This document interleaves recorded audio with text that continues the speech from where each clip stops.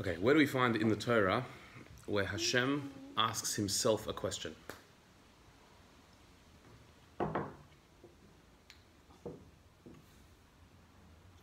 Hashem asked himself a question in this week's parsha in Vayera, where he's about to destroy the cities of Sodom and Amorah, Admon Tzvain, these 4 cities of corruption and evil. And he says to himself, Hamachasa anim Avrohom, that should I hide from Avrohom what I'm about to do, when he is going to be a great nation and have many children and command them to go in the path of righteousness, so should I hide from him what I'm about to do? Hashem asks himself, and I guess he answers, no, I shouldn't do that. And so he goes and tells Avram Avinu that I'm going to destroy these cities. So as a result, when Avram hears this, he prays on their behalf. And he asks Hashem that surely you're the judge of all earth, you're going to be fair. So maybe there are some tzaddikim, some righteous people in the cities. So if there's 10 tzaddikim in the city, wouldn't you save that city? And Hashem said, I would. There isn't. There aren't 10 tzaddikim. What about 9 tzaddikim? And we'll include you. The answer was no. And maybe just 1 city has enough tzaddikim. And the answer was no. After all the bargaining, the answer was no. They're going to be destroyed, and that was it. So this is the first recorded prayer. First time somebody davened for something was Avram Avinu davening for the people of Sodom, which is a little bit unusual because that first tefillah was unsuccessful. That he asks, and the answer was no. Not a very good start to the concept of davening and prayer, that the prayer goes unanswered, or at least the answer is no. So it seems.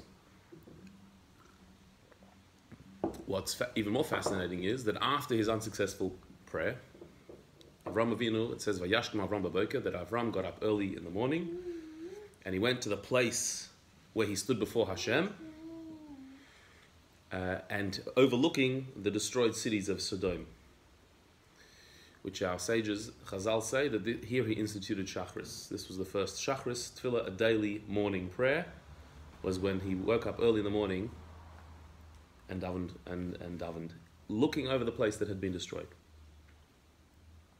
No? No? That was V'yashkem Avram b'boker was for the Akedah. Yeah. So, but davening was V'yashkem Avram b'boker, and V'yamid B'makom L'fnei Hashem or something. That was where Shachris began. After his unsuccessful prayer, looking at that same place, in the same place that he davened, he instituted a daily Shachris.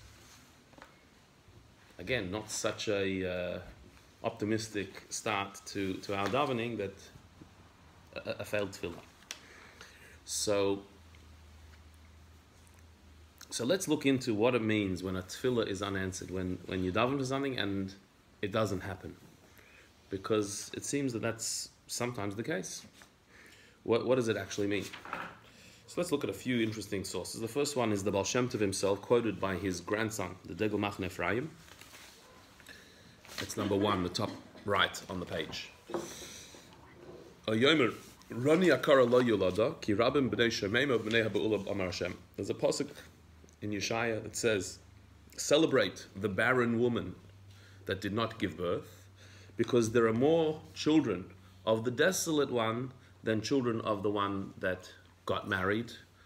Amar Hashem. So says Hashem. That's the pasuk. What does it mean? Ki Amar Avi Adoni Zikmi Rabbi Zolaha. My grandfather, the Baal Shem Tov, said, Ki Kol HaTfilos Oisem Pula Ba'olam Sel Yonim. All tefillas, every single tefillah, every single prayer, has an impact in the upper realms, in the heavenly realms. And sometimes on the other side of the world. The Somach al Pasuk, and this he based, the Baal Shem Tov based on a Pasuk that says, Krum Zulus Livnei Adam.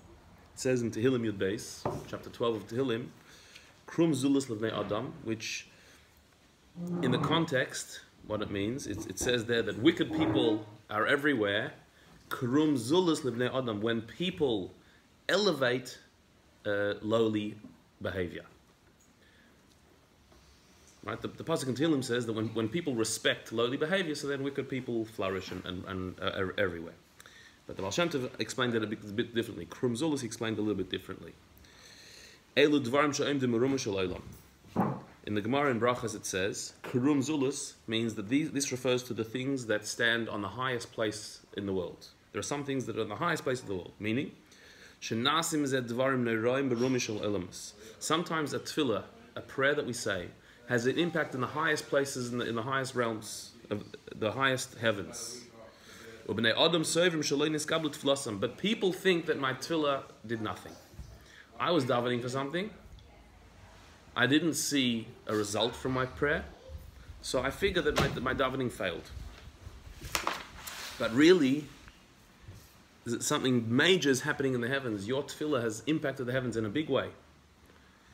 Just you didn't notice it. And therefore people belittle such a prayer.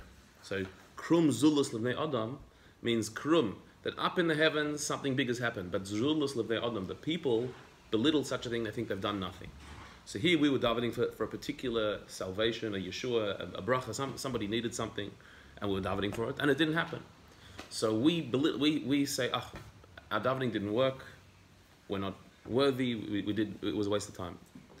But really, in the heavens, something major has just happened. Just you don't know about it. And this is what the pasuk means. Rani akara lo yilada. Celebrate. The barren woman should celebrate who did not give birth. Ki rabim b'nei Hashem, because there are many children from the desolate one. What's it talking about? Pirush hatfilas asher ata sevish mishemim. The tefillas, the prayers that you think are desolate, you think went nowhere, you think are barren, didn't give birth. They make much bigger impact than your physical eyes can see.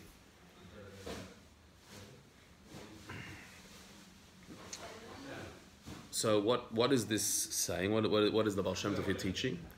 So on the surface, it seems what he's saying is that we daven for something, we didn't see the impact, but really it had a big impact. But where's the impact? Somewhere up there. Somewhere in the spiritual realms, something shifted, something changed. Okay, it doesn't help us too much. He said earlier that in Olam Elyonim, in the spiritual realm, something happened. Or sometimes on the other side of the world. So you're davening for this person. What you didn't realize is your tefillah worked for that person. Or you're davening for yourself, and somehow on the other side of the world, something happened. Or in the heavenly realm, something big happened. So this is what it means that Rani Akara Lo Yilada. Celebrate the barren who didn't give birth. Celebrate, because there's many children from the desolate one, from the tefillah that you thought went nowhere. There's big impacts, many big impacts can come from it. Just you may never know about it. You may not know the results. I have a lot of faith to believe that. Sure. I did yesterday, Yeah. Okay, so we need to assess this. A tefillah that we think goes unanswered, really, it has an impact either in the heavens or on the other side of the earth, somewhere else, some other place, but it has its impact. We need to analyze and investigate this further. So we'll go. Number 2 is from the Maggid Mezrich, the Talmud of the Baal Shem Tov, quoted in a Sefer Avodas Yisrael from the Koznitzer Maggid, a student of Rabbi Melech of Lezhensk. Actually, the Koznitzer was a student of the Maggid. Krum Zulus L'nei Adam. He quotes the same pasuk in Tehillim. Krum Zulus L'nei Adam, which means, on the simple level, it means that when lowliness is honored, wicked people flourish. But we saw the deeper thing is that some things are there are some things that are in the highest of heavens, but people belittle it. People overlook. Pirush, Lefia Gemara. This is based on what the Gemara says. That Hashem wants tzaddikim to daven. He wants their tefillas because their tefillas fix things in the heavens. There are things that there is impact that the tefillas of the righteous does, an impact in the heavens. So Hashem wants us to daven. So a tzaddik needs to know that anytime somebody comes to the tzaddik and says, please daven for me, please pray for me, please ask this for me. Certainly, the fact that this person came to you to ask you to daven for this means that in heaven, this thing is needed. In an abstract, spiritual version, there's another version of what's going on down here in the heavens. So this tefillah needs to be said. And so therefore the Hashem has arranged for this person to come to you to daven, because this tefillah is needed. But it might not be needed just for the person who you're davening for. It might be needed for some other supernal reason, a big impact, maybe somewhere else in the world, or in other worlds. And this is the real kavanah, the real intention of davening is this. As our Rebbe, the Maggid of Mezrich, Dov Ber, said that davening, when we daven for something down here, we should have in mind that it's really for something up there. The Maggid says generally that all pain, all suffering, and everything that goes on in the world is an expression of the Golus HaShechina, the divine presence that is misplaced. And so when we're davening for our own tzaras or other people's tzaras, we should have in mind we're actually davening for the tzaras of Hashem, Hashem's pain in Golus.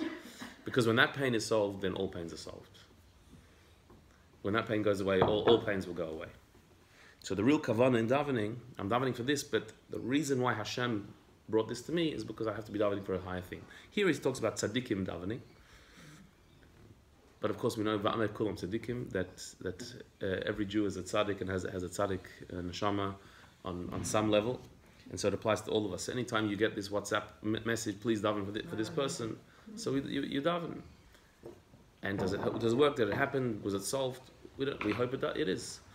But every tefillah we say, if we were asked to say that tefillah, it must be because there's a need for that in the world, not just in that specific case, but in a broader sense. And so therefore we need to daven and have that in mind. And certainly, he says, in all tefillahs, every time somebody davens, the correction is made in the spiritual world. Up there it works, every tefillah works. And then sometimes, even in this world, what the tzaddik needed happens also in this world. That's only sometimes, not always. But in the upper worlds, it's always fixed. Every tefillah works. But sometimes it's not translated down here. Does that still work? Sorry?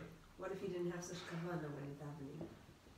Would that have any effect? It still works. The tzaddik has this intention, but every tefillah we say impacts the Olumas L'Yonim. That's what he's saying. But what happens is we daven, and sometimes we daven for something, and we all get together, we daven, and it didn't happen. So then we belittle the power of davening. We say this stuff doesn't work. We're wasting our time. But the truth is that davening is touching the highest places. It's impacting the highest realms. And it's working there. V'sham asu peiros. There it is making fruit. It is fruitful. It is successful. And so we have to believe that there's no tefillah that goes unanswered. Someone once said like that all your tefillahs goes like in the one from the convention is very cute, but it all goes like in the treasure box. Mm-hmm. And you don't always get the answer right then, but it's there, Mm-hmm. Yeah. It's very nice. Mm-hmm. It's in a bucket and then it's not pouring out. Yeah. Okay. So from the Baal Shem Tov, and then expanded by the Magid, we see this idea that our tefillas are never unanswered, they're never unsuccessful. Just not always does it translate down in here in this world. Baal Shem Tov says it's in Olam Yonim or in B'Ktzei Aretz or the other side of the world. Maybe it's had an effect that you don't know about. And the Magid of Mezrich and the Koshnas Magid say that we have to know that it's always successful in Shemayim. The Tikkun, Hashem sent you to daven for this thing because it was needed in Shemayim. And that happened. When you daven for it, it happened. Because we have to do it. Our davening has the power to do it. We can make changes in Olam Yonim. And so it's only through our davening that change happens. Sometimes that's translated down here into this world. But as long as we're in Golus, the upper world and the lower world are not in sync.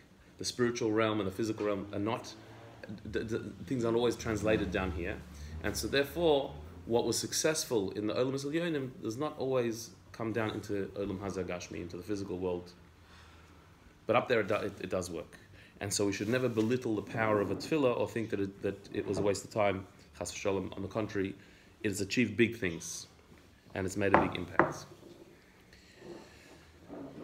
So this concept can be applied to the first tefillah that was recorded in the Torah, and that is the tefillah of Avram Avinu praying for the people of Sodom. And this we find in Yetiv Panim, by Riyontiv Lipa of Siget.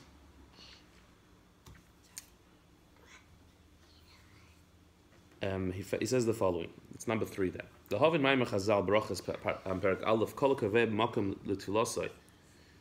It says in the Gemara Brachas that anybody who sets aside a place for their davening, Elokei Avram be'Ezroi, the God of Avram will help him. Because it says about Avram, Vayashkem Avram Aboki, he woke up in the morning and he went to the place where he davened, the same place he davened for Sodom. The next morning he davened there in that place. So from here we see that Hashem Avram set aside a place for his davening. So the Gemara says anyone who sets aside a place for their davening, the God of Avram will help him. What does that mean? Well, Pi Mashakasa b'Sefer Kol Yaakov Parshas Lech Lecha, b'Pasuk V'Tzaval of Paroi Ala Medrash. This is based on what it says in the Kol Yaakov, the Sefer from the Dubna Magid, not a Chassidish Sefer. The Dubna Magid was from the Litvische tradition. He says on the Medrash, Amar HaKadosh Baruch L'Avram, Tzei Chavosh Haderech Lifnei Banecha. There's a Medrash that says, Hashem said to Avram, go and blaze a path for your children. The Farash Pasuk, V'shavte mayim b'sasen. What does this mean, to blaze a path for your children? We know the Pasuk that we quote many times in our davening, V'shavte mayim b'sasen mimayne Yeshua. Draw water with joy from the springs of salvation. Draw water with joy from the springs of salvation. What does this mean? Kitas Hashem Yisbarach L'nifla'osav hanaisim b'zman ha'mazmanim poilim Yeshuas b'kerev ha'aretz la'adei ad u'lenetzach netzachim. So he explains that the various wonders and miracles that Hashem does at different times, v'zeu shetir Yeshuas Yisbarach Mamane Yeshua ala yosem b'chinas mayonis noivim Yeshua l'doros olam. The salvations that our forefathers brought into the world are not just one-time events, but they are wellsprings. They're a spring of salvation, mayoneh ha'Yeshua, wellsprings of salvation that can be tapped into for generations to come. That something that our forefathers experienced is not just a one-off. It's a constant source of Yeshua, of salvation that we can tap into. That's why Hashem loves tzaddikim to daven, and He causes the tzaddikim to daven. And we see throughout the stories of the forefathers and the mothers, they went through all types of tzaras and issues and different things, not having children and family problems and famine and being captured and wars and all types of things. And they had to daven all these times. Hashem, why does He put the tzaddikim through such things? Because Hashem loves their tefillas. Because Hashem, who knows the future generations, He knows that these tefillas are going to be needed in the future. Not just now, but in the future.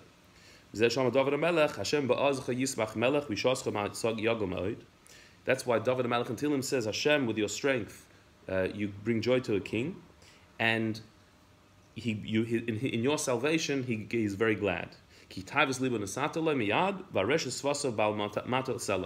Because you've given him the desire of his heart, and what he has asked for, you will not hold back for him forever.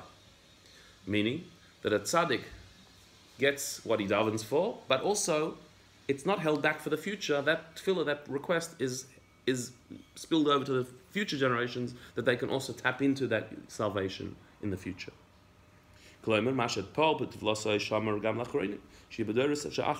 That what he achieves in his tefillah is saved for future generations. And therefore that's why Hashem, who's standing there before destroying the city of Sodom, and he asks himself a question, Hashem asks himself a question, should I hide from Avram what I'm about to do? I should tell Avram that what I'm about to do, I'm about to destroy the city of Sodom. And then he tells Avram, and Avram davens, don't do it. And the answer is no. So then what did you tell him for?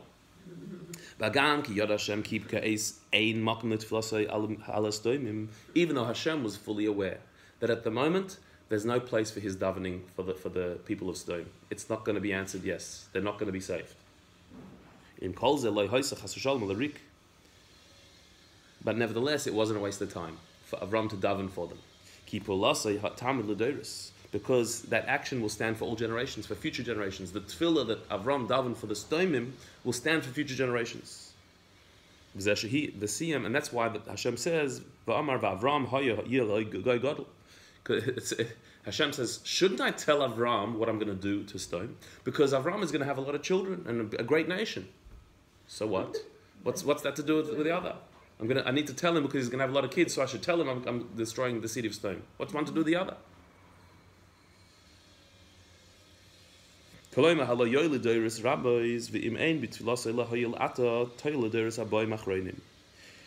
going to have so many children, there's going to be so many generations, they're going to go through so many different things.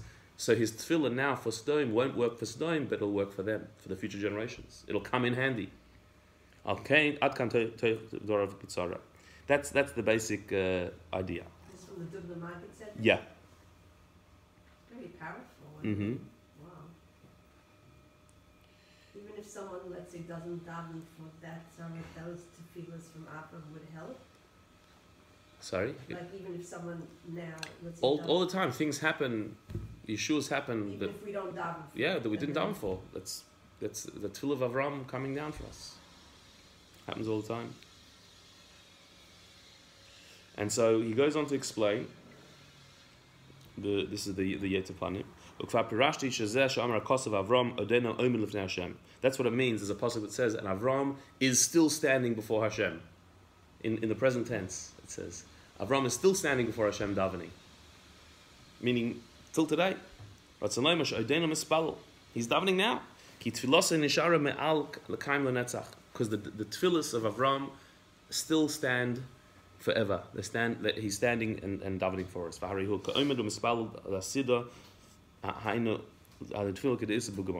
So that he's standing. Standing means davening. It's a word for davening, and so he's still doing it. So he quotes now also the Gemara that we saw from the Baal Shem Tov. What does the pasuk mean? Krum zulus l'nei adam. Elu dvarim omdim b'rum shel olam. Ubnei adam is zalzehem. We're on the top of the next column. The Gemara says there are certain things that stand in the highest places of the world, and people belittle them. The explanation is brought in the books of tzaddikim. We saw two of them already. Sometimes your tefillah works up in the heavens. It has an impact in the heavens. But it doesn't come translated down here. So therefore people belittle such a tefillah, saying it didn't work. It's not true. The tefillah is standing on the highest realms. But because it wasn't translated down here, so we don't see it, so therefore people think it didn't work. So that's why after Avram davened for Sodom and it wasn't successful at that time, it says Avram woke up early in the morning, even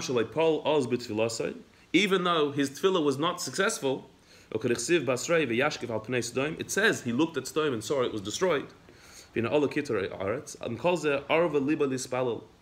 he still got up the next morning and davened again. Even though he'd been davening for Sodom and it was an unsuccessful tefillah, it says Vayashkem Avram Aboki, he got up early in the morning and davened again in the smoke of Sodom. And the reason is because it says he stood in the place where he stood in front of Hashem.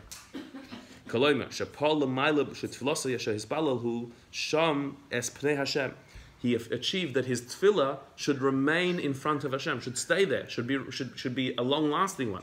That it's not a tefillah just for now, it's a tefillah for future. So therefore his tefillah is remaining in front of Hashem. And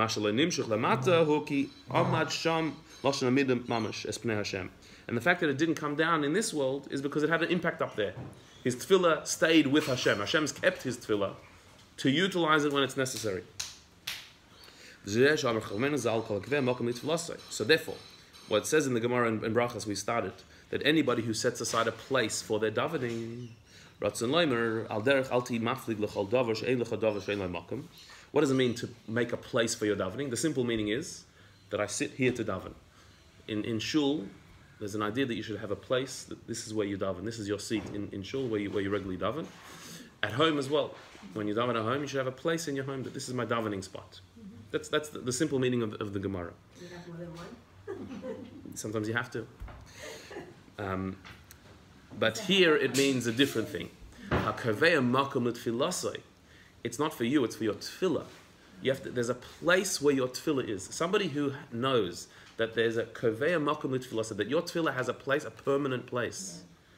Meaning your tefillah is not just a one-off thing that's a temporary thing. It has a permanent spot in Shemaim.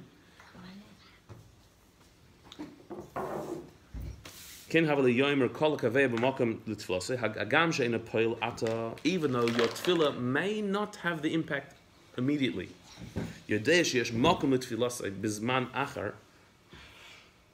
But you know that there's a place where your tefillah is being stored and it will have an impact later. There'll be a time when it will have an impact. If you daven that way, then Elikei Avram be'ezrei, the God of Avram, will help you. Shenemar, and the Gemara says, how do we know that? Because Vayashkem Avram b'boker el hamakom asher omad sham es pnei Hashem. And the proof the Gemara brings is because Avram woke up the next morning after his unsuccessful tefillah in the place where he stood in front of Hashem. It's not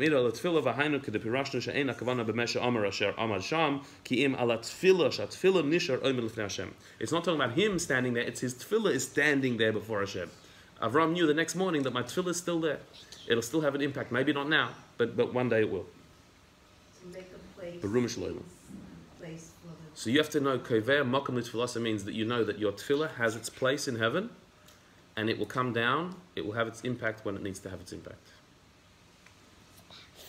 That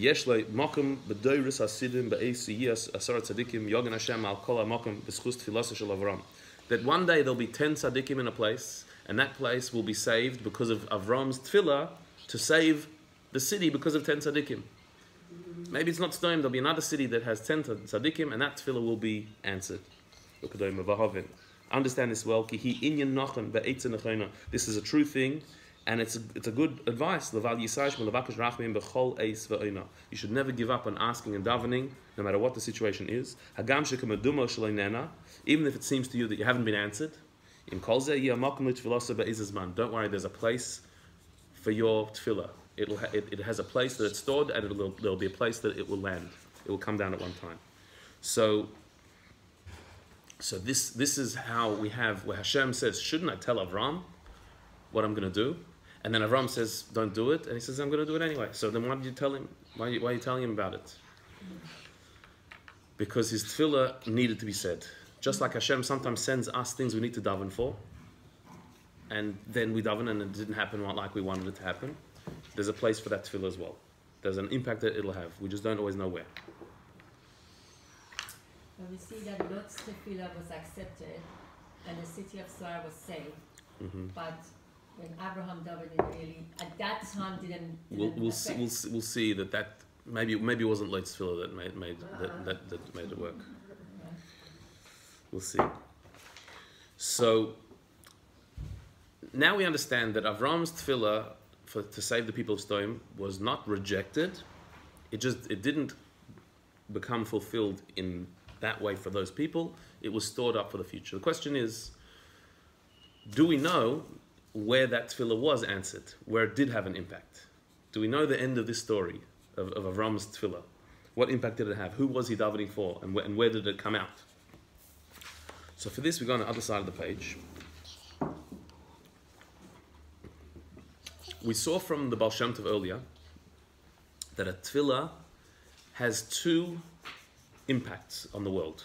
One is, b'ktzei haaretz, maybe somewhere else it'll be answered. You are asking for this person, maybe somebody else, some other time, some other place, in either in place or time, a different place or a different time or both, the tefillah will have an impact. And also he said that sometimes Hashem has some spiritual need in the heavenly realms that needs to be fixed. Your tefillah is translated into those spiritual terms and impacts in Shemayim, in Olam Elyonim, the higher worlds. And something happens up there. The Baal Shem Tov said those two things. So we'll see that Avram's tefillah for the people of Sodom also had an impact in Olam Elyonim for one of Hashem's needs that he wanted to happen, and also down here in this world. So the first, number 4 here on the top, is from the Magale Mukas. Reb Nosson Nata Shapiro, one of the great Mukabalim, who says the following: Yedua shemekilkul Adam Rishon niskalkalu dalud deiris pagmu b'dalud oisis shem shel havaya. It's known that from Adam Rishon's sin, when Adam and Chava sinned with the Eitz Hadas, the tree of knowledge of good and evil, so it translated into, there was a blemish on the 4 letters of Hashem's name, and translated into 4 generations of corruption that lived in the world after him. Veheim, and what are the 4 generations? Der Enosh, the generation of Enosh. Enosh was who? Who was Enosh? He was a grandson of Adam, who introduced Avodah Zarah into the world. He was the first to start Avodah Zarah in his generation. V'dor HaMabel, the generation of the flood. V'dor HaFlaga, the generation of the dispersal, the Tower of Babel, who they built a tower and they were dispersed throughout the world. And then V'dor Shel Sodom, and the generation of Sodom, who were wicked people, treated each other terribly, and did evil. They refused to give tzedakah. They would punish somebody who gave tzedakah. They would judge a righteous person as evil, a corrupt generation. So the Megillah Milcah says that these 4 generations were an expression of the negativity of Adam. His sin was translated into 4 generations of evil who continued and expanded the evil of Adam Rishon. These 4 generations were the 4 rungs of Yaakov's ladder in his vision. That Yaakov, when he slept on the place of the Makom HaMikdash, he had a vision of a ladder from earth going up to heavens. And it says in the Zohar that there were 4 rungs to that ladder. The Megillah Milcah says those 4 rungs were the 4 different generations that were corruption of the 4 letters of Hashem's name that needed to be corrected, that need to be elevated. This is hinted at in Yaakov's description of his dream. He says, Hine Sula Mutzav Arza, behold, there is a ladder that is planted on the ground. The first 4 letters of those 4 words, Hine Sula Mutzav Arza, Hey Samach Mem Aleph, Tistaka Barasha Asvan, Haflaga, Sodom, Mabel, Enosh. That's the names of the 4 generations. Haflaga, the dispersal, Sodom, Mabel, the flood, and Enosh and Der Enosh. The same 4 letters as Hine Sula Mutzav Arza. Who says this? This is the Megillah Mukas.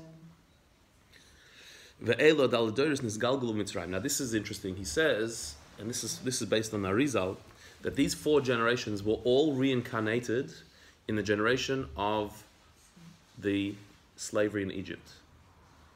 That the people who were slaves in Egypt were Gilgulim of all 4 of these generations.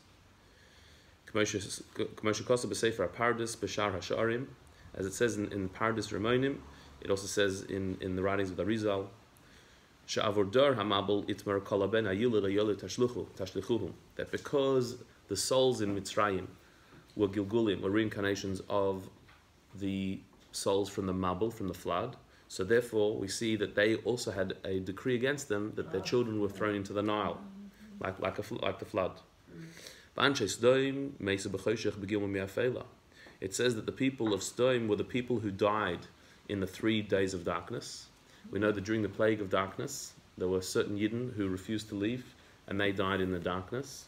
They were the neshamas of the people of Sodom, because they refused to help each other.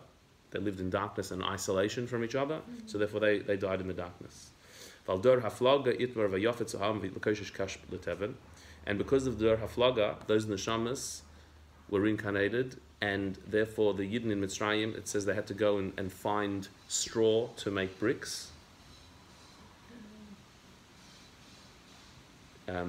Because they built bricks in order to build the tower, so therefore they were reincarnated to the bricks. Margolis Tova Haisa Tliya B'Tzavara Shel Avrohom Sheherolei HaKadosh Baruch Hu Bein HaBesarim Eimach HaSheich HaGedol Nefelas. And we know that it says in the Gemara that there was a jewel that Avram Avinu had around his neck, that Hashem showed him at the Bris Bein HaBesarim, a vision. Eimach HaSheich HaGedol Nefelas. It says that fear and darkness, and a great darkness fell upon him. Eima Zedar Enosh. Fear represents the generation of Enosh. Chashecha Dur Hamabel. Darkness is Dur Hamabel. Shloi Hayu Mishamshim B'Amoris B'Osav Zman, because it says that there was no, it was dark for the entire year of the Mabel. The sun didn't orbit. Gedola Zud Dur Haflaga. A great darkness. The word great refers to Dur Haflaga. Shabanu Ir Gedola, because it says they built a big city. No fellas, and that falling is their stone, the city of stone that fell. It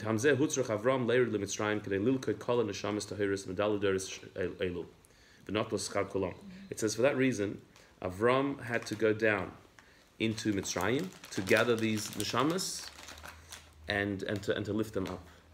So we see Avram Avinu had to travel himself to Mitzrayim. This was all to gather them up, and his children went into Golus. Mitzrayim was all to fix these 4 generations of the previous times. So when Avram Avinu davened for the people of Sodom, it didn't work. That tefillah didn't work. But it did, because the people of Sodom, they were the last of these 4 generations, so they had the neshamas of the generation of the Flaga, of the Mabel, and of their Enosh. And they went worse. They didn't go up, they didn't correct them, they went even worse. So it was only the Bnei Yisrael who were in Mitzrayim, who had these neshamas as well. They were the ones who fixed them, who got out of Mitzrayim and were able to elevate these neshamas and make a correction.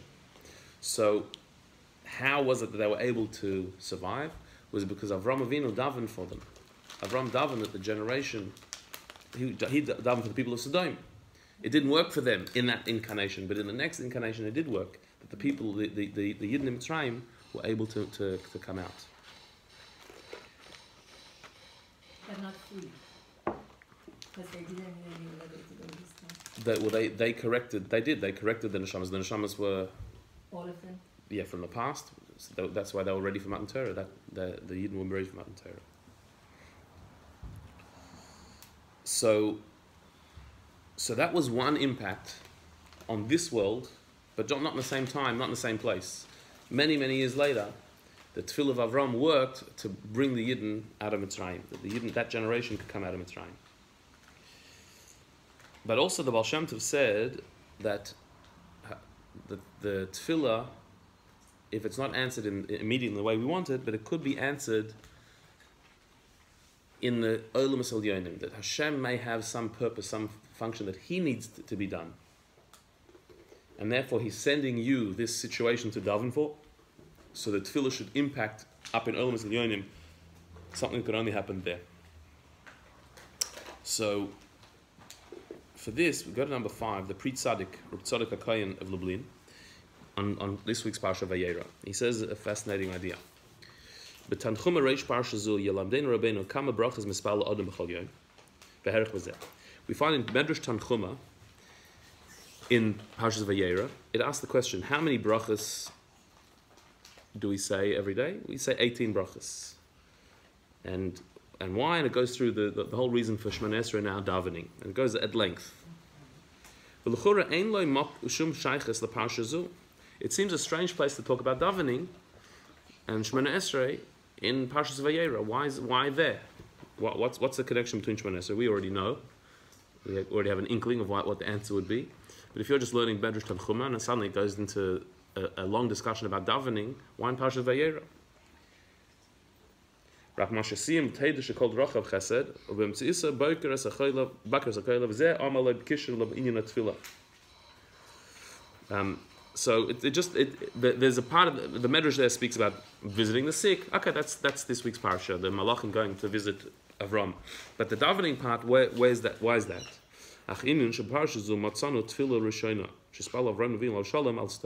Because in this week's parsha we find the first tefillah, the first prayer that's recorded in the Torah is Avram Avinu davening for the people of Sodom.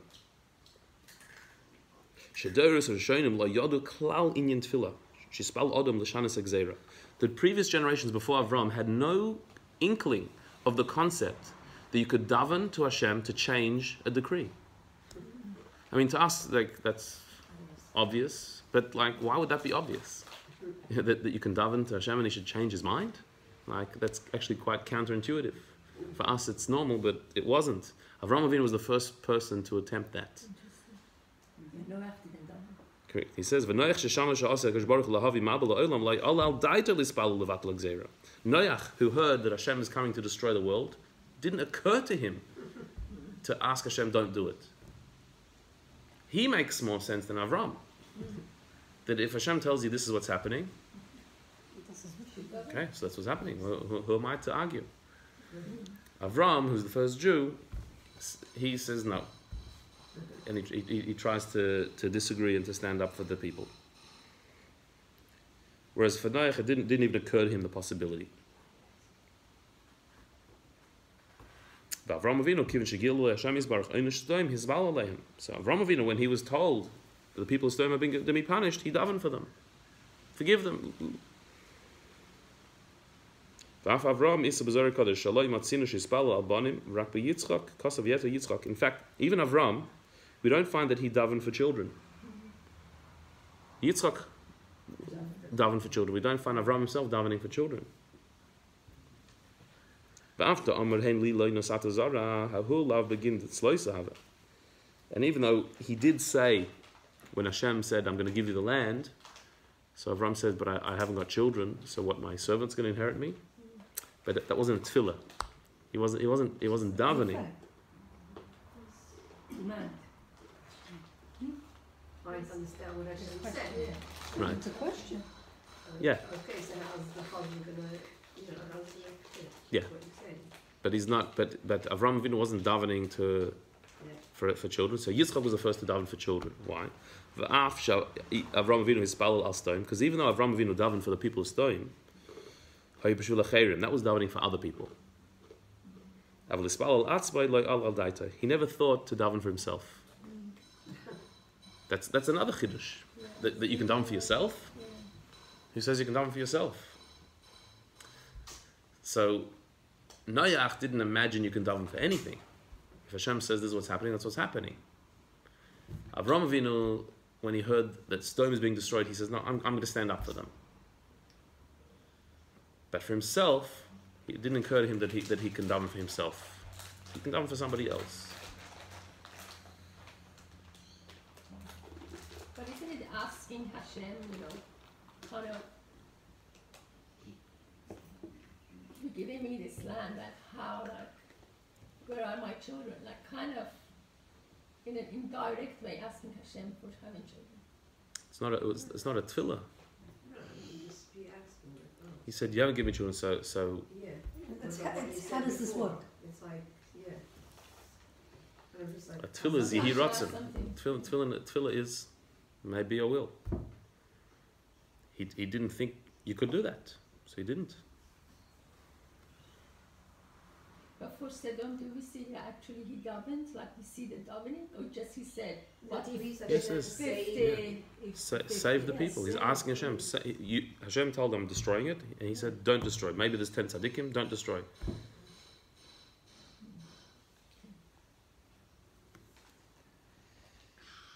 So he says, "Utfilu hu chelik Yisrael." Question nemar ki mi goy god asher loy elikim krovim elav. Keinu oime b'chol kareinu elav. Tefillah is a portion of the Jewish people. The concept of tefillah, of davening and asking Hashem to change things, that's a Jewish thing. As it says, what other nation has Hashem so close to him? Or it says, b'chol kareinu elav, that Hashem answers us whenever we call out to him.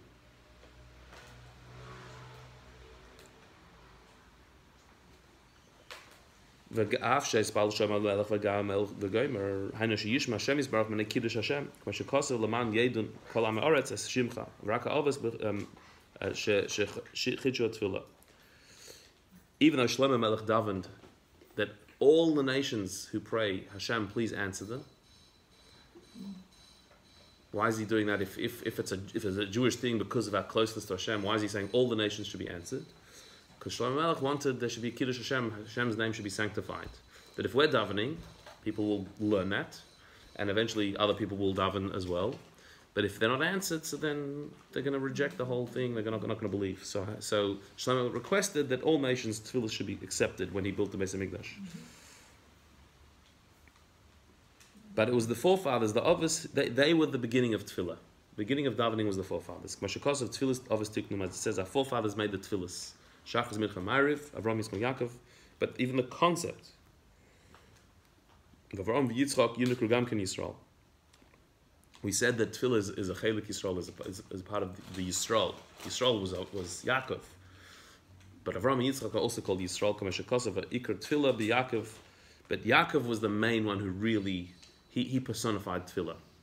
The Chsiv Kol Kol Yaakov. It says the voice is the voice of Yaakov.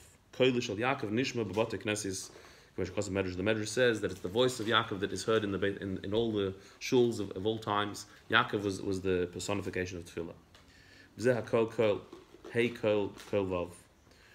Ubeparsha zu v'yashkem Avram b'boker el hamakom asher amad sham shemezeh nilmud b'gemara shetiken Avram tefillas shachris. And so it's in Parshas Vayera where it says Avram got up early in the morning to the place that he stood there before Hashem, the pasuk that we saw earlier.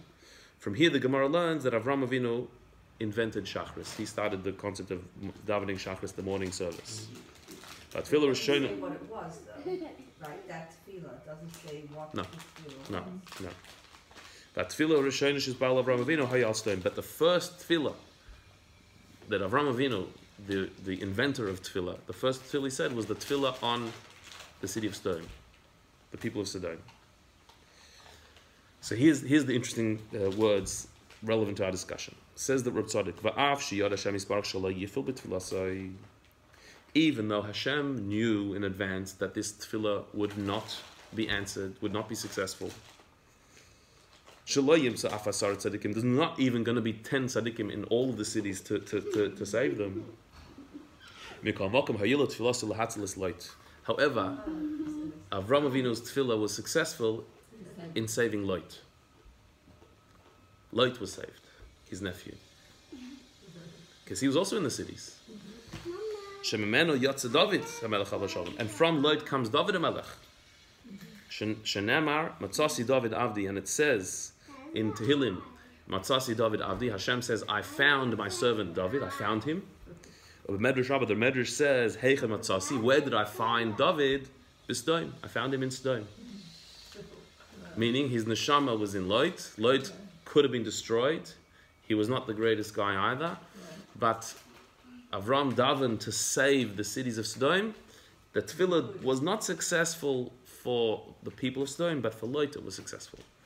And Lot had the neshama of David, which is the neshama of Mashiach. So it was successful. David HaMelech, Alav Shalom, Shorish HaTfilah. And David HaMelech, he's the real Shorish of Tfilah. All of our davening comes from David HaMelech. Shenema va'ani Sfilah. As it says in Tehillim, I am prayer. Va'ani Sfilah. I am prayer. He was actual davening. Va'shliach tzibur shel klal Yisrael. He was the chazan of the Jewish people. Shliach tzibur, he's the representative. He's the Baal Tfilah of the Jewish people. That's David HaMelech. Therefore, this parsha, Medrash Tanchuma, talks all about davening because davening is invented in this parsha. And so, where was davening invented? In a tefillah for Sodom, the wicked people of Sodom, that was unsuccessful on the surface, but on a deeper level, it was very successful because that tefillah, first of all, saved the Jewish people in Mitzrayim, who were the reincarnations of the people of Sodom. But also, it saved Lot, who had the neshama of David hidden in him, which is the neshama of Mashiach. And so,